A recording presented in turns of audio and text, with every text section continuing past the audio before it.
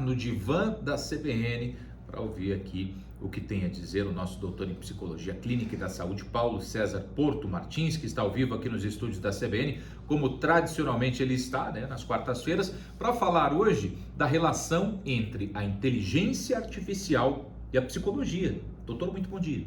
Bom dia, Luciano. Bom dia aos nossos ouvintes. Vamos falar então dessa relação. O que tem a ver uma coisa com a outra? Inteligência artificial e psicologia. Olha, Luciano, você sabe que esse tema, de novo, foi uma sugestão de ouvinte que me mandou lá no Insta. Como tem chegado sugestões, né? Tem chegado bastante sugestões. Quem quiser pode mandar aqui também no WhatsApp da CBN. Qualquer, Luciano? 991652170. Pode mandar a sua sugestão de tema aqui para a nossa coluna de CBN. Quem quiser também pode me mandar direto lá no Instagram, @pauloportophd. Luciano, muitas pessoas perguntando, Paulo, ChatGPT e uma série de outras soluções de inteligência artificial, como que eu vejo isso? Se eu enxergo como uma ameaça, se eu enxergo como uma vantagem, né? E por coincidência, eu gosto muito de tecnologia, eu já venho acompanhando essa questão da inteligência artificial e eu falei, puxa, vamos levar lá para nossa coluna, para o nosso divã. Luciano, antes de falar direto da inteligência artificial, eu acho que é importante nós contextualizarmos. Sim. Tem um cara que se chama Klaus Schwab, que ele traz o tema da quarta revolução industrial. Ele nos mostra que desde a primeira revolução industrial surgem tecnologias e algumas pessoas aproveitam essa tecnologia e outras se desesperam. Quando surge a primeira revolução industrial, principalmente a máquina a vapor, muitas pessoas pensaram assim, puxa, o que será daquela produção mais manual, mais o modelo artesanal que era anterior? Então se tinha pessoas ali que previam o caos. Quando acontece a segunda revolução industrial, que é a energia elétrica, é a mesma coisa. Puxa, o que vai acontecer, por exemplo, com as pessoas que trabalhavam numa fábrica de máquina de escrever? E eu sempre gosto de comentar que aquela pessoa que trabalhava com máquina de escrever, se ela começou a perceber que chegaram máquinas elétricas, o computador, ela se adaptou. Quando surge a internet, Luciano, a gente está falando também de um medo generalizado, o e-commerce vai acabar com o comércio, a tecnologia vai acabar com o emprego, vai faltar emprego, o mundo vai acabar, e a gente viu que isso não acabou. A quarta revolução industrial, ela traz, o Klaus Schwab fala que é principalmente ali a possibilidade de você automatizar questões utilizando cloud, utilizando nuvem e inteligência artificial. Sim. E eu estou vendo a mesma coisa. Eu estou vendo pessoas assustadas, pessoas que ainda não têm ideia do que é essa inteligência artificial, agora mais acessível. Inteligência artificial não é algo novo, não é algo recente. Eu acho que o recente é a democratização. Então, a que está mais em moda é o ChatGPT, mas temos várias outras. Ela traz a possibilidade de você, através da internet, pode ter o smartphone e o computador, você vai lá e conversa com a inteligência artificial. Agora vamos chegar na parte da psicologia. O que assusta algumas pessoas? E eu acho que tem que ter um cuidado, mas não precisa se assustar. O ChatGPT, você conversa com ele, você faz perguntas e ele vai respondendo. E o que acontece? As pessoas conseguem se aconselhar com a inteligência artificial. Vamos trazer um exemplo prático aqui para a nossa coluna. Eu poderia substituí-lo, talvez na quarta-feira que vem, pelo ChatGPT e conversar sobre algum assunto referente à psicologia. Adorei a pergunta, Luciano. Eu acho que não só eu, como qualquer profissional, da saúde ou não, tem que ter esse olhar. Será que eu posso ser substituído por ele ou não? O que os estudos mostram? Que a inteligência artificial e a tecnologia como um todo vão substituir, vem substituindo ao longo do tempo, aquelas atividades que têm um nível cognitivo mais baixo. Sim. O que acontece? A inteligência artificial ela deu mais um passo. Então é como se ela fosse empurrando as pessoas. Então qual o profissional que precisa ter medo? É aquele que simplesmente lê alguma coisa e reproduz. Eu não utilizo o meu intelecto para interpretar, para adaptar, de repente para mesclar teorias e linhas. Isso é muito importante na nossa prática enquanto profissional da área da saúde mental. Então espero que você não me substitua, porque eu sempre tento aqui misturar uma série de conhecimentos, entrelaçar e colocar a minha opinião. Sim. A inteligência artificial ela ainda não consegue fazer isso. Ainda, né? Ainda. Porque a régua ela vai subindo, Luciano. Então você veja, o começo, quando você começa a automatizar as coisas, você tem aquela pessoa que simplesmente ficava apertando um parafuso, né? Nós temos vários, né, filmes, literatura que mostram isso, a questão da revolução nas fábricas. Aquela pessoa que só sabia apertar um parafuso, ela foi substituída por agora uma pessoa que sabe, além de apertar o parafuso, fazer uma série de outros procedimentos. Em relação à psicologia e à área da saúde mental, é a mesma coisa. Então, aquele profissional que não se atualiza, aquele profissional que de repente decora o manual, só sabe aplicar um teste e reproduzir o resultado, isso a inteligência artificial está fazendo melhor. Por que ela faz melhor? Porque ela não erra. Sim. Ela sabe que quando acontece determinada pergunta, tem que ser exatamente essa resposta. Se a pessoa responde uma pergunta com essa resposta, o padrão é esse. Então, cada vez mais nós, profissionais da área da saúde mental, temos que ampliar o uso da nossa própria cognição.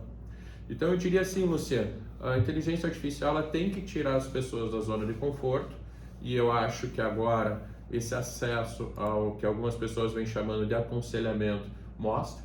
Quer dizer, o psicólogo ele nunca deve ser só uma pessoa que aconselha. Ele tem que entender, fazer a leitura daquele paciente na sua complexidade.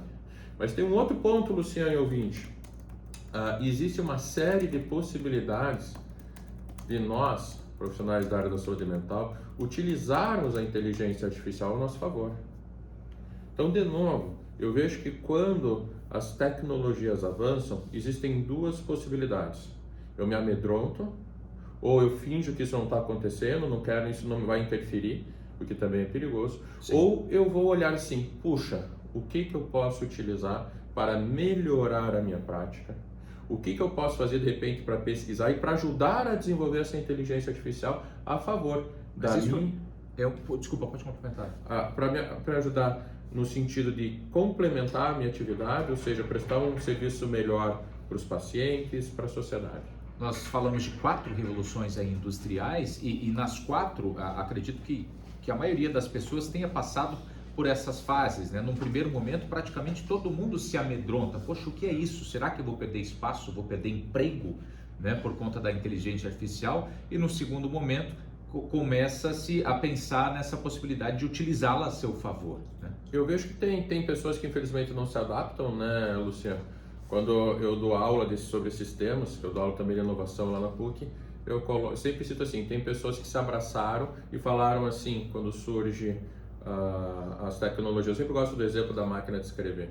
Sim. Tem pessoas que se abraçaram e falam, não, nós temos aí uma grande fábrica, uma grande indústria, isso aí é besteira, isso é modismo, e se abraçou a ideia até ir à falência.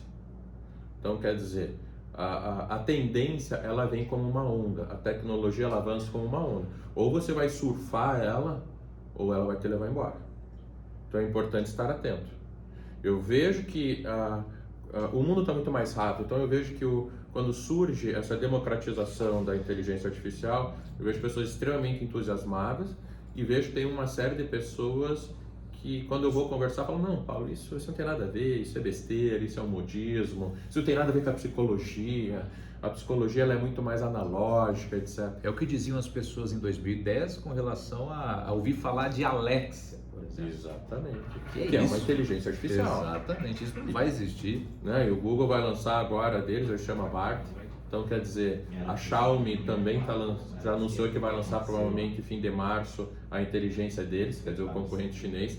Então, quer dizer, se hoje o ChatGPT está em moda, está forte, com a entrada dos concorrentes isso vai se acirrar ainda mais. E, Luciano, eu já vejo profissionais utilizando a inteligência artificial ao seu favor, tem como, né? Não só de texto, mas a de imagens. Você trabalhar junto com o seu paciente, você pedir para o paciente, por exemplo, fazer algumas interações, você fazer junto com o paciente e você discutir aquele resultado junto com o paciente, você veja. Eu, em vez de ver como uma ameaça, eu trago para o meu contexto. Lógico, é para qualquer paciente? Lógico que não, mas de repente aquele paciente que já utiliza a inteligência artificial, aquele paciente fala, puxa, Paulo, eu perguntei tal coisa para tal inteligência artificial. Em vez de eu ignorar, por que eu não trago isso para o meu contexto da terapia? Sim. Então, de novo, fica meu alerta aos profissionais, aos meus colegas da área da saúde mental, também para os estudantes. Eu acho que o estudante ele também tem que estar de olho, quando puder fazer um trabalho, envolver esse tema, envolva, porque é uma tendência, ela veio para ficar e com certeza em pouco tempo vai ter uma evolução muito grande. Quer dizer, resumindo aqui, não dá para encarar a inteligência artificial como concorrente, sim como aliada. Todo profissional, isso para todo profissional? Não concordo, Luciano. Não concordo. E isso é bom, porque a gente tem um debate, né? Luciano, eu acho que aquele profissional que não se atualiza, que não utiliza um nível cognitivo mais elevado na sua prática, sim, isso como psicólogo ou não, a inteligência artificial vai substituí-lo.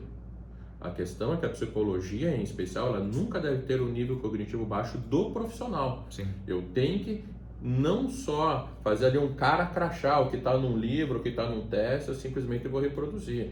Eu tenho que entender e adaptar a complexidade do seu paciente. Então, o profissional que faz isso, ele não tende a ser substituído. Sim. Agora, aquele que não se prepara bem, que não está atualizado, muitas vezes a resposta da inteligência artificial, no que a gente vem chamando de aconselhamento, vai ser mais interessante do que aquele profissional que não tem uma atuação adequada. E outro ponto de alerta aí fica não só para os profissionais, falando muitos profissionais, é o outro lado. Inclusive quando a gente entra no site dessas inteligências artificiais, né, tem lá um alerta. Tomar cuidado com questão de aconselhamento, tomar cuidado que nem todas as respostas são precisas. É só pegar o exemplo do nosso antigo Dr. Google. Né? Sim. Quanta coisa que o Google nos diz com relação a um sintoma específico, por exemplo, dor de cabeça. Joga lá, ele vai dizer que você tem todas as doenças do mundo. Sim. Então, por isso, só esse exemplo a gente com já certeza. tá sendo de alerta. Então eu digo assim, se alguém tem uma curiosidade, quer perguntar, discutir um pouco sobre as emoções, etc., a inteligência artificial, pode fazer? Pode. Só tomar cuidado que não deve achar que aquilo substitui um atendimento de qualidade, que os próprios desenvolvedores colocam esse alerta, né? Ainda está tudo muito em teste, ainda está sendo criado, são versões ainda não finalizadas, por isso até que estão gratuitas e totalmente open ainda. Mas se você faz terapia, eu acho que é interessante, converse, discuta no bom sentido com a inteligência artificial, mas leva isso para o teu setting terapêutico, traz isso para o terapeuta, traz isso para o psicólogo. Então fica esse alerta, que nem você colocou, né, Luciana? Eu estou com um problema de saúde, eu coloco no Google e diz lá que toma tal medicamento, eu não posso ir lá e tomar tal medicamento.